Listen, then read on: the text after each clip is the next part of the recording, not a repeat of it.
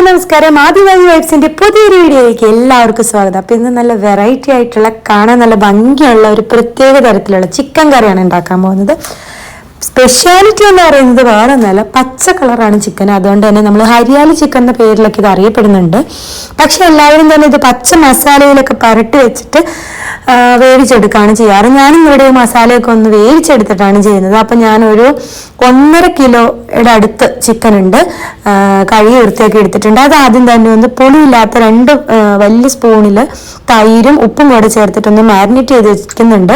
പിന്നെ നല്ല പച്ച കളറിലുള്ള എല്ലാ ഐറ്റംസും എടുത്തിട്ടുണ്ട്. കറിവേപ്പില, മിന്റ് ലീവ്സ്, പുതിന ഇല, അതുപോലെ മല്ലിയില, ഇഞ്ചി, വെളുത്തുള്ളി, പച്ചമുളക്, ഒരു ചെറുനാരങ്ങയുടെ പകുതിയും എടുത്തിട്ടുണ്ട്. ഈ ചെറുനാരങ്ങയുടെ നീര് മാത്രമാണ് കേട്ടോ എടുക്കുന്നത്.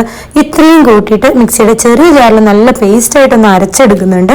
അരച്ചെടുത്തതിന് ശേഷം നമ്മൾ ഉരുളിയിലേക്ക് അല്പം വെളിച്ചെണ്ണ ഒഴിച്ചിട്ട് അതിലേക്ക് ആദ്യമേ തന്നെ കുറച്ച് പെരുംജീരകം പൊട്ടിച്ചെടുക്കേണ്ടായിരുന്നു. ഞാൻ മറന്നുപോയിട്ട് 1 സ്പൂൺ നമ്മുടെ അരപ്പ് അതിലേക്ക് ഇട്ടുപോയി.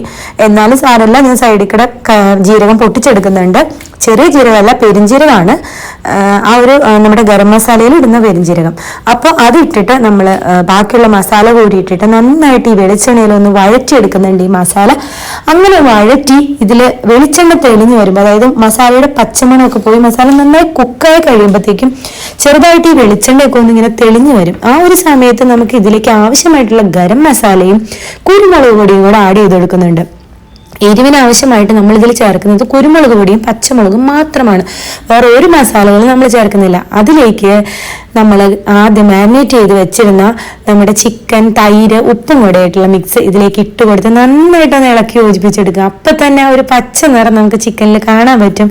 അതിനുശേഷം നന്നായി ഒന്ന് വേവിച്ചെടുക്കണമല്ലോ, അതിന് വേണ്ടിയിട്ട് നമ്മൾ മൂടി വെച്ച് വേവിക്കുന്നുണ്ട്. മൂടി വെച്ച് വേവിച്ചതിന് ശേഷം ഇടയ്ക്കിടയ്ക്ക് ഒന്ന് ഇളക്കി കൊടുക്കണം. അപ്പോൾ വെള്ളമൊക്കെ പാകത്തിന് ആക്കി കൊടുക്കണം. ഞാനിതിലേക്ക് വേറെ ഒരു വെള്ളം ഒഴിച്ചിട്ടില്ല, ചിക്കൻ്റെ മാത്രം വെള്ളമാണിത്. പിന്നെ തൈര് നമ്മൾ ചേർത്തിട്ടുള്ളത് കൊണ്ട് തന്നെ അത്യാവശ്യം നല്ല രീതിയിൽ വെള്ളം ഉണ്ടാവും. വേറെ വെള്ളം ഒന്നും ചേർക്കേണ്ട ആവശ്യമില്ല. അപ്പോൾ ഈ തൈരും ആ ചിക്കനിൽ നിന്ന് ഇറങ്ങിയ വെള്ളമാണ് അതിനെ നന്നായി കുക്കാക്കുന്നത്. അപ്പോൾ ഈ ഒരു കൺസിസ്റ്റൻസിയിൽ വാങ്ങാനാണ് നമ്മൾ പ്ലാൻ ചെയ്തത്. കുറച്ച് ഗ്രേവി നമുക്ക് വേണമായിരുന്നു.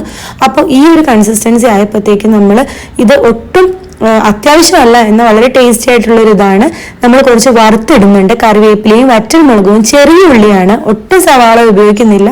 ചെറിയ ഉള്ളിയും കൂടി ഇതിലേക്ക് വഴറ്റിയിട്ടിട്ട് വറുത്ത് ഇതിന് മുകളിലേക്ക് ഇട്ടിട്ട് നന്നായിട്ടൊന്ന് ഇളക്കി യോജിപ്പിച്ചെടുക്കുന്നുണ്ട്. ഇളക്കി യോജിപ്പിച്ചെടുത്തതിന് ശേഷം നമ്മൾ ഇതിലൊന്ന് സെർവിങ് ബോളിലേക്ക് മാറ്റുന്നുണ്ട്. നല്ല പച്ച കളറിൻ്റെ ഇടയിൽ നല്ല കാണാനൊരു കൗതുകത്തിന് വേണ്ടിയിട്ട് ഞാൻ കുറച്ച് തക്കാളി കൂടെ അരിഞ്ഞ് ഇതിന് മുകളിൽ സ്പ്രെഡ് ചെയ്തിട്ടാണ് വീഡിയോ എടുത്തത്. നല്ല ഭംഗിയുണ്ടായിരുന്നു, അതുപോലെ തന്നെ നല്ല ടേസ്റ്റ് ഉണ്ടായിരുന്നു. അപ്പോൾ എല്ലാവരും ഒന്ന് ട്രൈ ചെയ്ത് നോക്കുക.